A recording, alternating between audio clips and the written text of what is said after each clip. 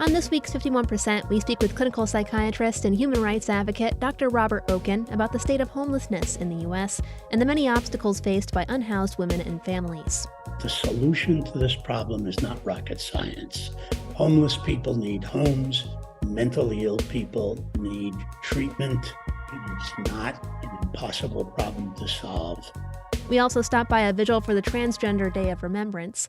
I'm Jesse King. It's all up next on 51%. I was standing around like one of those girls I had seen in a movie.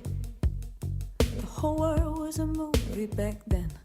I had my sunglasses on, I wanted to be seen without seeing shy Lolita. I wasn't really in it, I didn't really get it. You're listening to 51%, a WAMC production dedicated to women's issues and experiences. Thanks for joining us. I'm Jesse King. According to the latest report from the National Alliance to End Homelessness, the number of unhoused individuals in the U.S. reached record highs last year. The federal government says nearly 600,000 people were experiencing homelessness during a point-in-time survey in January 2022. That amounts to roughly 18 out of every 10,000 people. And while the majority of unhoused individuals are adults, the federal government says 28% of unhoused people are in families with children. The Alliance says men are more likely than women to experience homelessness, but women still make up a sizable portion of the population, and they face their own unique barriers. For example, the National Sexual Violence Resource Center has identified domestic and sexual violence as leading causes of homelessness among women and families. And as our guest today will tell us, mental illness often plays a role in chronic homelessness, in which an individual has been without a home for at least a year, if not more. Dr. Robert Okin is a clinical psychiatrist and world-recognized advocate for unhoused individuals and the mentally disabled. For his 2014 book, Silent Voices, People with Mental Disorders on the Street, Okin spent 2 years photographing and speaking with chronically unhoused individuals in San Francisco to help bring their personal stories to light. I recently sat down with Okin to discuss the book's second edition, the current state of homelessness in the U.S., and the factors that especially impact unhoused women and families. Admittedly, this is not one of our more uplifting episodes. Just a note for our listeners, the following conversation does touch on subjects like child abuse and sexual assault, as do some of the other segments in today's show. That said, while many of the people Okin interviewed were in dire straits, he says the book has an overall message of hope, challenging readers to better understand the men and women they may walk by every day and do something about homelessness rather than ignore it. I was walking to my car in San Francisco on a really cold and rainy night. And as I got into my car, I saw this little woman in rags huddled up on the sidewalk trying to protect herself from the rain. And I thought to myself when I got into the car, God, I'm really deserting this woman. It didn't make any rational sense, I know, but that's how I felt. And I couldn't get her out of my mind for weeks. So I decided I would go onto the street myself and talk to people who were homeless and presumably mentally ill and really ask them how they became homeless, what it was like for them to live on the streets, and what the vision of their lives were like. I wanted to know what they thought about as they pushed their carts around the street, what their joys were, if they had any, what their sorrows and regrets were. In addition to that, I wanted to get some idea from them how they imagined they were going to get off the streets. So for all those reasons, I decided to talk to people. And by giving them a voice in the public domain, I hoped that I could convey their essential humanity as, I guess you could say, a kind of counterweight to the fear, hostility, blame, and indifference with which they're generally seen and treated. Because as long as we don't see them as people, as long as we dehumanize them, we'll never be able to connect with them. When you were speaking with people about how they ended up on the street, what were some of the stories that you were hearing about what caused them to be in this situation? What they told me was often very sad. And I have to say they weren't feeling sorry for themselves. In fact, they tended to blame themselves for their problems rather than seeing just how they became homeless and the fact that most of them never had a fighting chance from the very beginning of their lives. Some of them before they were born, because many of them had a genetic predisposition to mental illness that began to express itself when they were adolescents and in their early 20s. So what they told me was that by and large, many of them had parents who were substance abusers. The schools and the social service agencies either turned a blind eye to them or just couldn't help them because they were so overwhelmed themselves. And women have a particularly tough time on the streets. For one thing, 40% of them told me that they had been sexually abused as kids, and many of them continued to be sexually assaulted on the streets. They're always worried about their safety, and for good reason. So they pretty much had to go it alone. And when they became adolescents, many of them began taking drugs to try to assuage the pain that they had experienced in their early childhoods. They fell further and further behind in school and then entered adulthood with no employable skills. And all it took was the smallest reverse for them to slip into the street. Now, I have to say there were some people who were deeply loved by their parents who really broke their backs trying to help them as they fell into mental illness. But the government didn't provide very much support for these families. And in many cases, the families were just unable to really help them. When you say that, the government wasn't giving them the support they needed, what kind of support do you think those families could have used to help them in that situation? Well, first, it's really important for people to recognize that the homeless crisis today is government created, or at least the government has stood by passively and let this humanitarian crisis develop. So it started in the 60s when states dumped 600,000 mentally ill people out of their institutions with no services, no treatment, no housing, no support, no nothing. Well, where were these people going to go? Governments have still failed to create the kind of mental health and substance abuse services and housing that could help these people get off the street. And then when the drug epidemic emerged in the 70s, governments at all levels failed to both stem the flow of drugs into the country and establish substance abuse services and mental health services that could help people who became addicted. By and large, in city after city, this kind of treatment really doesn't exist. In addition to treatment, they need supportive housing because without housing, almost nothing else is possible.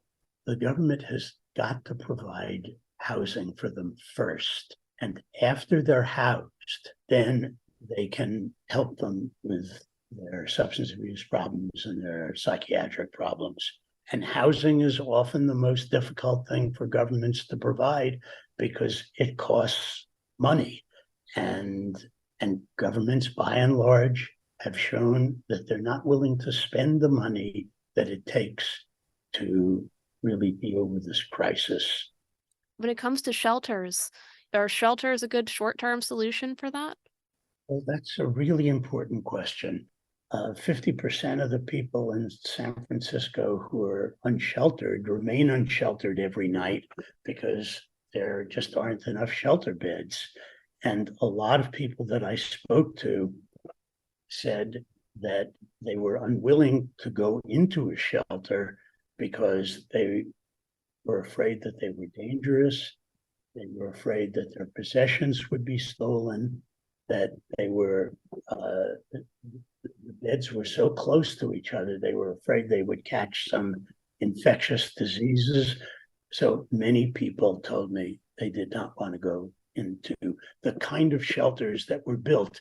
Now, there are other shelters that are much, much better, and they were humane places, but too many shelters are not. I mean, it's one of the questions that you asked at the beginning, like, how do you climb out of this situation? In the examples that you saw, how are people getting out? Those who were able to make it out only got out because some social worker with a small enough caseload had the time to spend with them and help them get through the application process for SSI, the application process for housing, which, by the way, is so complicated that I myself would have trouble getting through it. That's how they got out. They got lucky because they got linked to a social worker. Those who need help the most, who are really disabled and very, very seriously mentally ill, they just can't get through the process. They need help. And when they get help, then they can get through the process.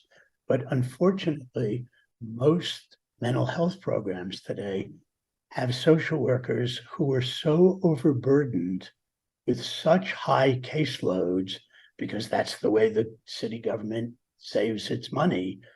They have such high caseloads that there's no way they can spend the kind of time with each individual that they need to get them through the process. And even if they can get them through the process, it often takes 2 years for them to get to the top of the waiting list. So many of them just get discouraged and come to believe that the city really isn't serious about this. And they kind of give up, they become demoralized. Lastly, how can us everyday people help bring some relief, whether it's going to our lawmakers or helping someone out? What can we do to help this situation? When I walk through San Francisco, I have a bunch of rolled up socks in my jacket because people who are homeless and walking around all the time wear through their socks in no time. And I know they always will need socks. So it takes nothing for me to put some extra socks in my pocket and give them to people who need it. I go into a shop and I get people sandwiches. It's tiny. It's not a solution. Thirdly, and this is more important than I think people realize, but these people feel so invisible and so despised that just saying hello to people as I pass them really makes a difference. A lot of people told me that in addition to the stresses of life, just being viewed in such a negative, such a stigmatized way, just made them feel even worse about their lives than living on the street itself makes them feel. So I say hello to them. So these are kind of small things that we can do as people, that don't cost us anything, nothing.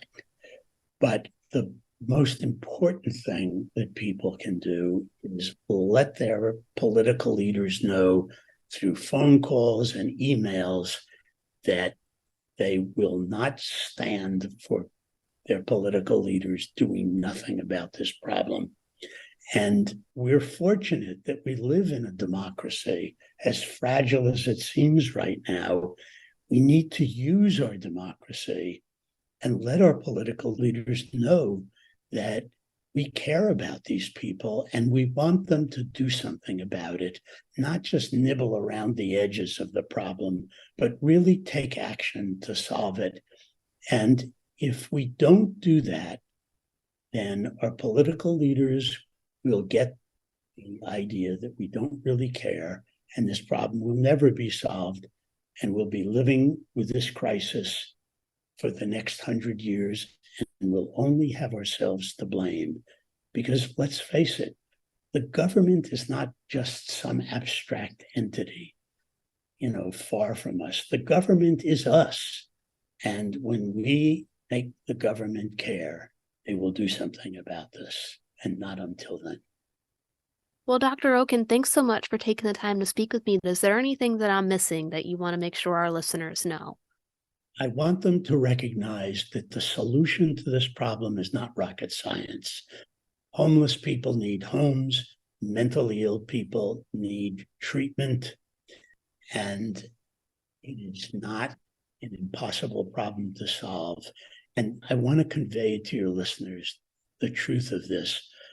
If you look at homeless vets, for example, where the federal government got embarrassed enough about the fact that it was leaving a lot of vets on the street, it put money into housing and treatment, and it was able to reduce homelessness among vets by 41% in 10 years. That's one bit of evidence that this is a solvable problem.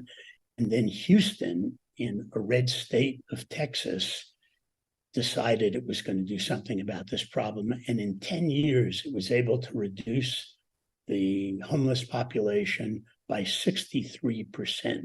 And it wasn't extraordinary what they did. For one thing, they had a mayor who decided he was going to really tackle this problem. And with a single-mindedness that one has to admire, he got monies together and he got nonprofit organizations together. And by really focusing on it, he was able to solve a lot of the problem in Houston. So it's a solvable problem. Dr. Robert Okin is a clinical psychiatrist and author of Silent Voices, People with Mental Disorders on the Street. The new second edition is out now through Golden Pines Press. You can find it at most major booksellers. Dr. Okin, thanks for joining us today. Thank you so much for having me. It really makes a difference.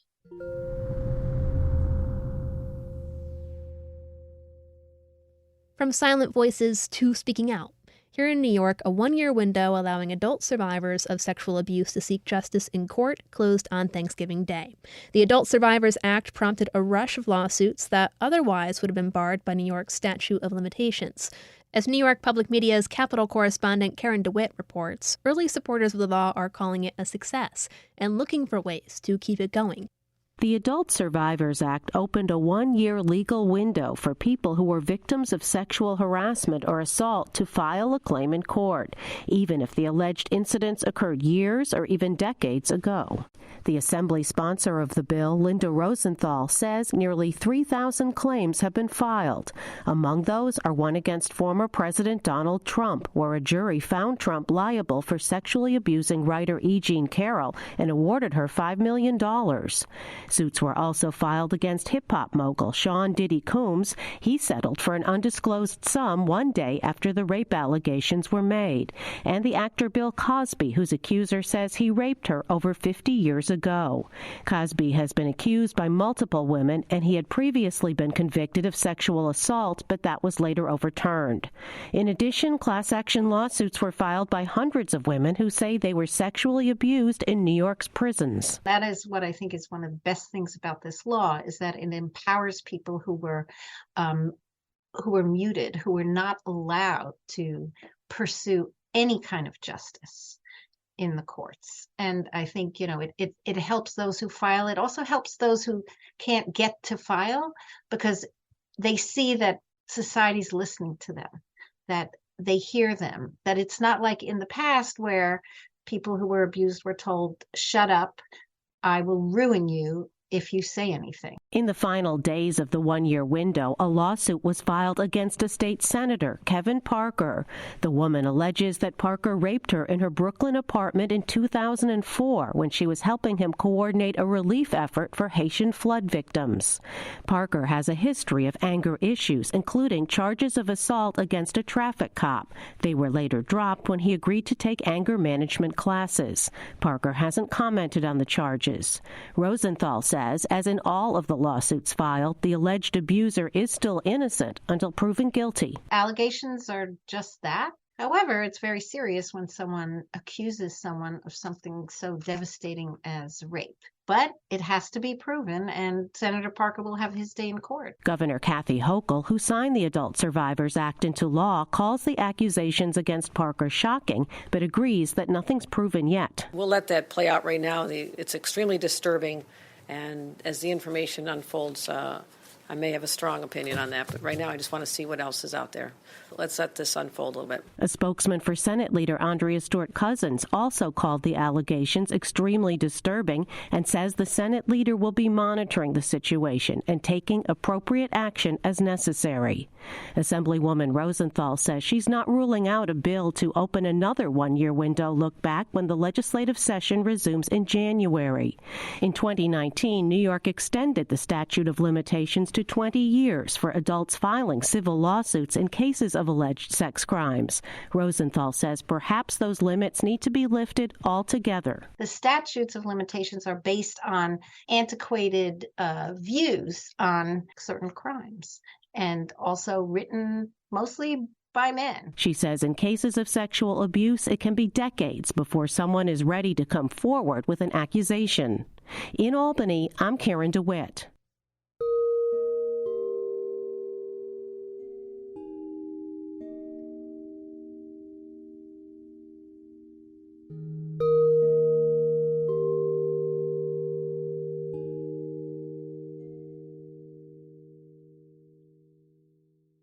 One last story before we go, out of New York's Hudson Valley. November 20th was the Transgender Day of Remembrance. The annual observance, first recognized in 1999, sets aside time to remember those lost to transphobia. In Kingston, New York, the Hudson Valley LGBTQ+ Community Center held a vigil to honor the dead and give members of the transgender community a space to share their experiences.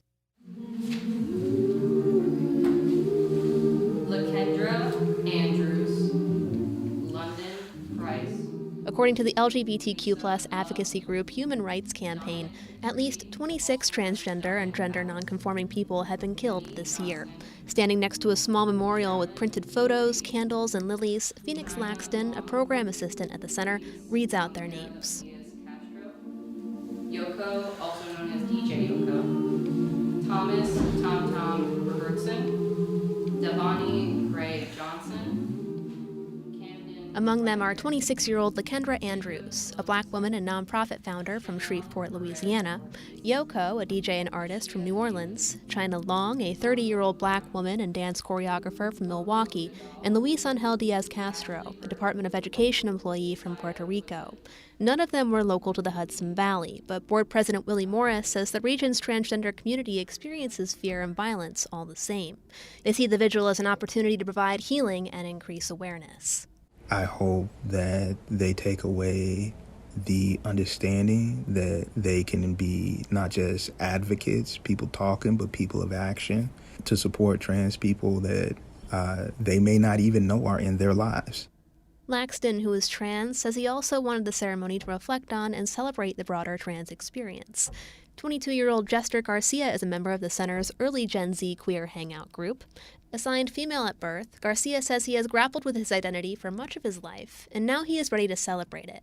When he first came out as trans in middle school, Garcia says he received so much pushback that he temporarily detransitioned and switched schools as a result.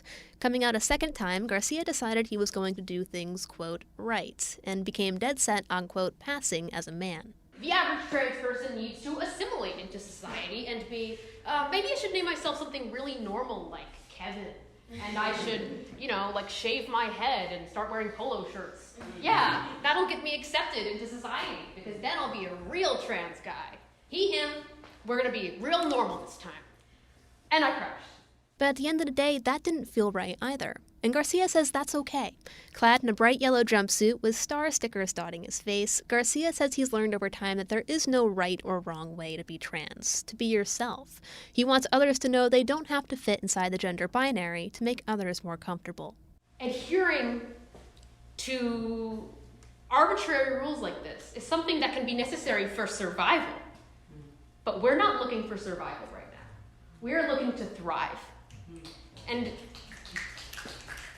feel like doing things out of the ordinary, the things that you are, that is an act of defiance. And it's a necessary act of defiance. On that note, Laxton set aside time during the vigil to share plenty of tips and resources with allies and members of the community. Strewn across the tables in the room are lists of grief and mental health counselors, as well as a map tracking legislation restricting trans people across all 50 states. A small pamphlet offers gender-neutral alternatives for words like ma'am and sir, and tips on how to talk about the transgender community in a way that isn't dehumanizing. For example, use sentences like, quote, he is trans, or, quote, she is a transgender woman, rather than using transgender as a noun or verb, like, quote, he is a transgender. When introducing yourself to new people, Laxton says it helps to be forthcoming about your own pronouns, whether you're cis or trans, as it can take the burden off the person you're speaking with to decide whether or not to come out to you by disclosing theirs.